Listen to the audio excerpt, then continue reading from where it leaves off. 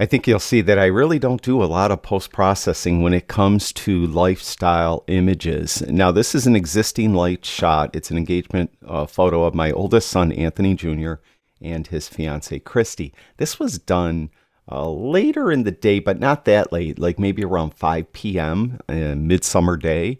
And it was still very bright out, so I had to deal with relatively harsh light.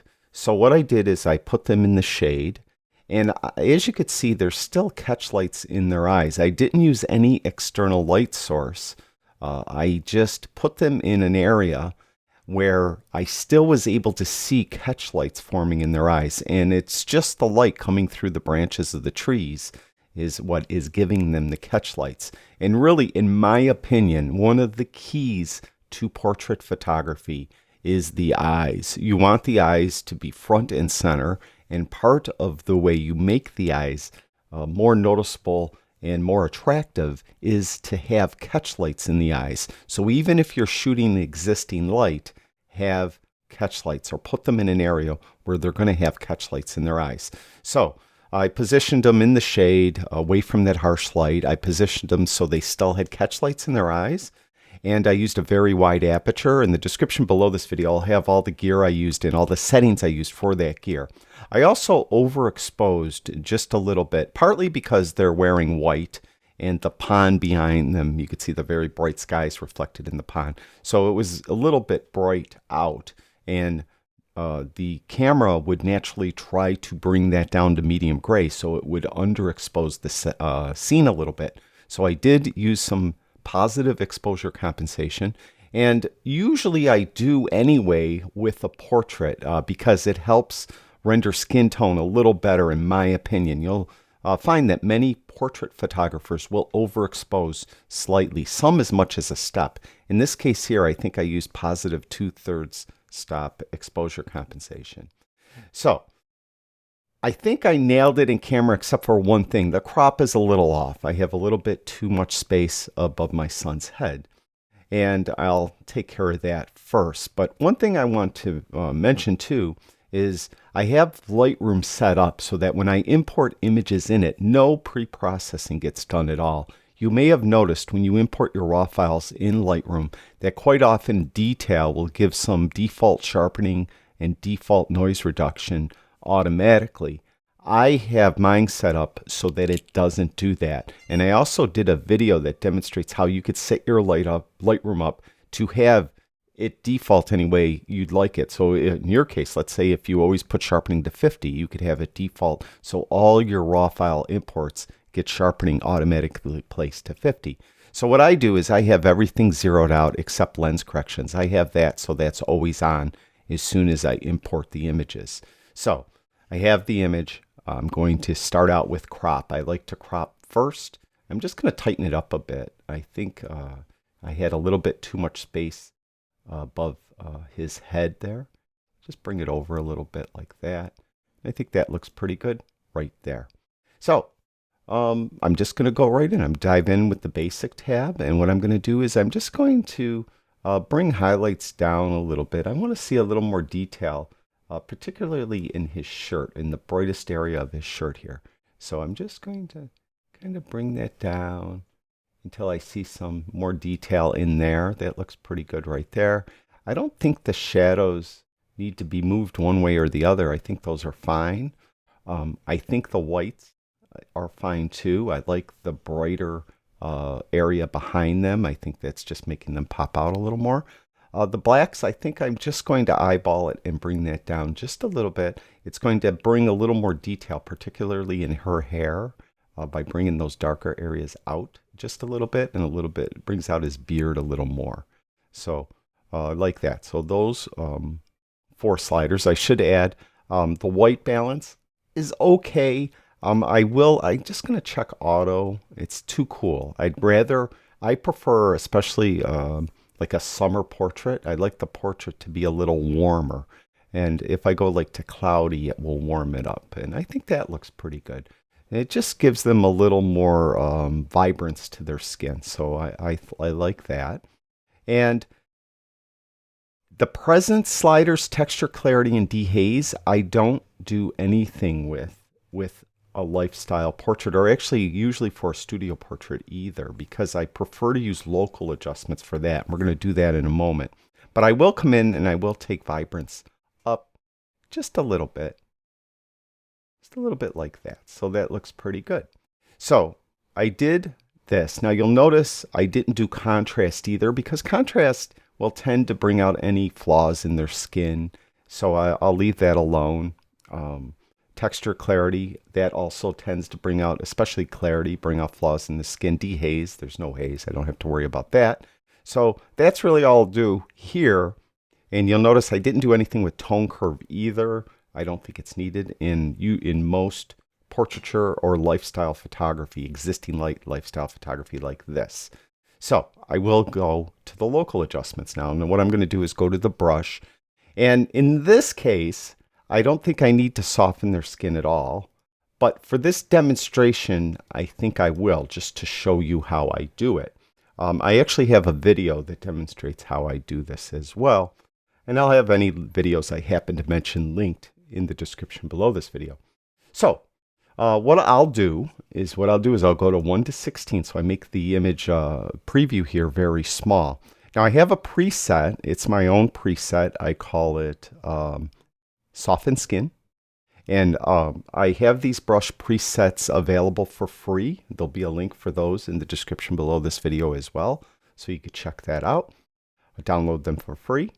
Now I have my skin preset and I do auto mask. Then what I'll do is I'll just make this big enough so it's covering all their entire body, their face, everything. And I'll put that plus sign right in the middle of Christy's forehead and click once with the mouse. And what it theoretically should have done is just soften the skin. And you can see as I hover over it, the red areas are the areas that are softened. As a matter of fact, excuse me, let's go back to fit. And if I hover over that little button, you'll see that the red overlay is really on their skin. It missed Anthony's, oh no, it did get Anthony's left arm, I thought it. So it did fine. So that's why I prefer to use that method. Now, if you want to further refine it, you could use the range mask, go to color, get the eyedropper, and then click on their skin on their forehead or somewhere. And that would further refine it. But I like what it did right here. So I think that is fine. So we'll get our brush a little smaller. Now, what I'll do next is, now I mentioned, I should add, that I normally wouldn't do skin retouching on this image because I think their skin was fine. I just did it for this demonstration. So you could argue that the skin is a little too soft, and it might be. The preset is very nominal as it is. But if it is, you could just kind of touch it down a little bit. Just bring everything down. All right, now let's go to eyes. So I'm going to zoom in, and we'll start out with him. And what I do is I'm going to get a new brush. And we'll go to the drop down and we'll go to Iris Enhance, which comes in Lightroom. And I'm just going to brush on his eye here and his eye here. Now I like to do their eyes individually. I don't do all four eyes all at once. So I'll do his eyes. What I'll do is I'll brush in the brush. And with the brush tool open, if I want to zoom back out, I'll hold in the space bar and then the cursor turns into a little hand tool. And then I click with the left mouse button, I could zoom out. So then what I'll do is I'll come in after that is applied and it's still active. I'll come in and kind of just readjust things a little, brighten up his eyes. Maybe that's a little too much. Maybe add a little texture to his eyes. And I think that looks pretty good. So I'm going to get a new brush. And I'm going to stay with Iris Enhance, and I'm going to zoom into Christy's eyes, and I'll do her eyes next.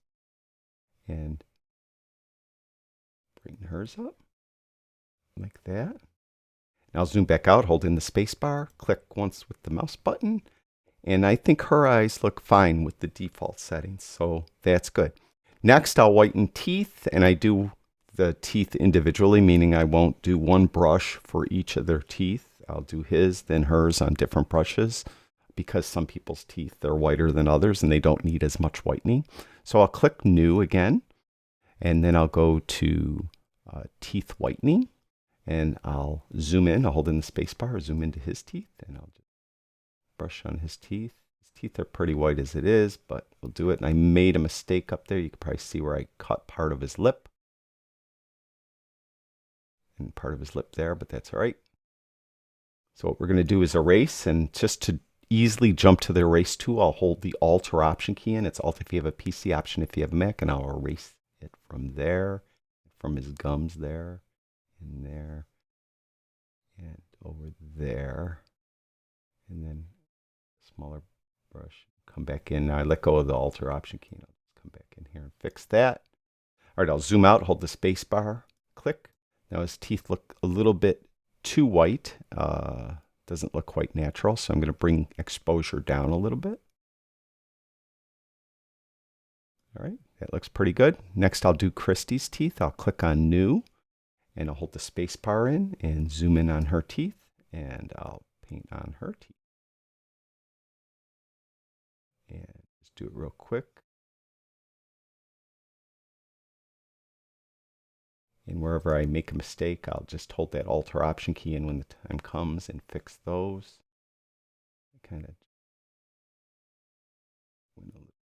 Oops. I accidentally hit the Command key and not the Alt or Option. There we go. And now zoom back out, hold the space bar and zoom out. Then I'll come in. Hers look a little bit too abnormally bright, so I'll pull that down as well.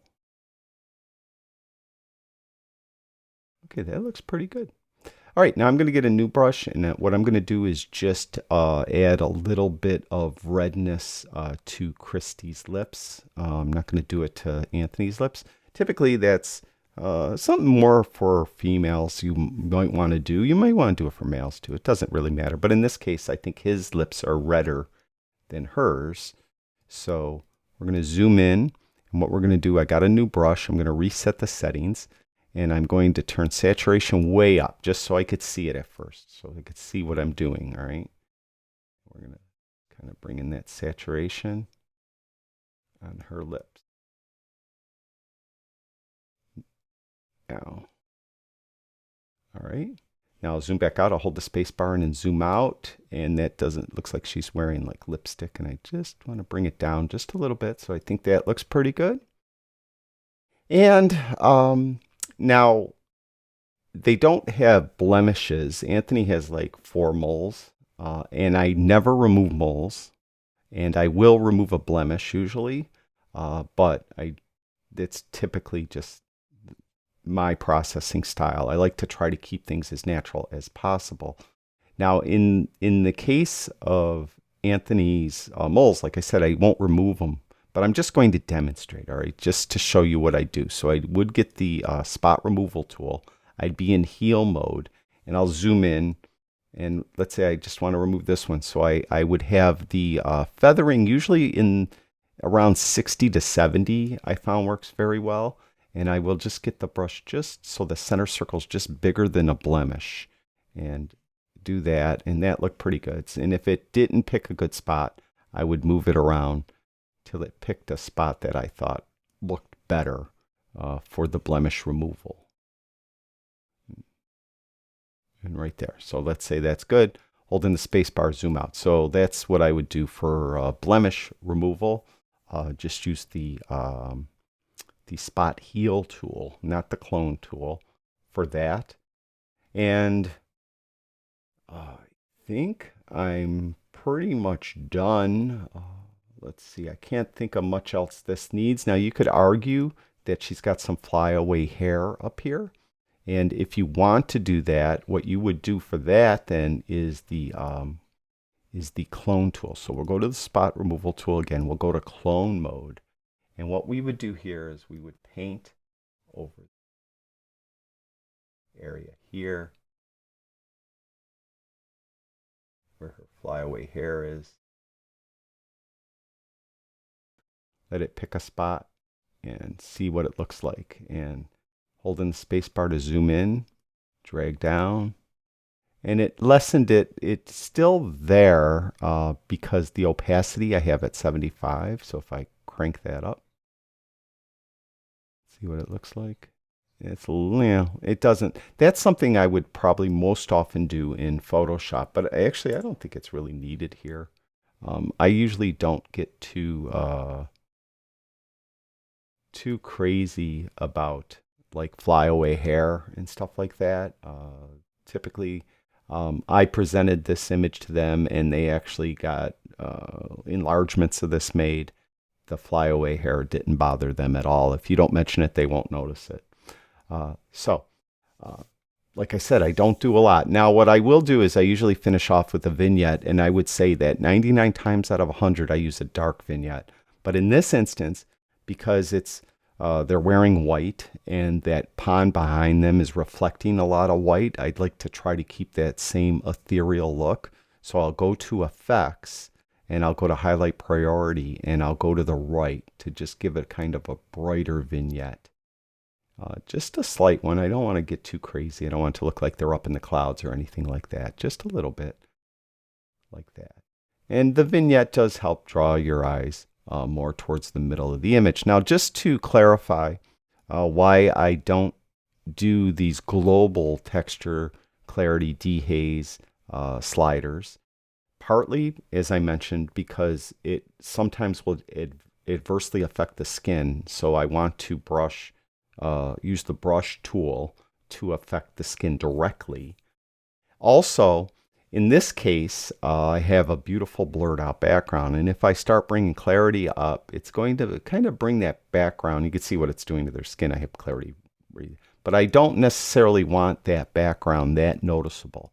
I want the background super soft. That's why I use such a wide aperture, and a specific lens I used is to achieve that, so they're popping off the page.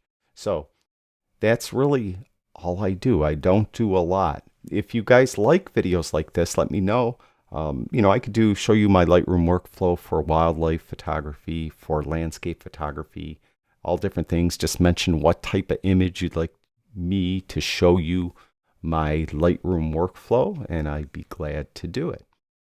While you're down there checking out those other videos I mentioned, the videos where you could change your defaults of what your RAW file will be when you import it into Lightroom, and also the brushes that I give away for free if you're down there to get those. You're checking out the settings I used on the camera and all that other stuff while you're down there. If you haven't already, please subscribe to my YouTube channel and remember to click that little bell so you get updates. Also, if you like this video, please give it a thumbs up. And if you know of anyone that would benefit from watching this video, please share it. And finally, follow me on Instagram. I am at Anthony Morganti on Instagram. And don't be shy.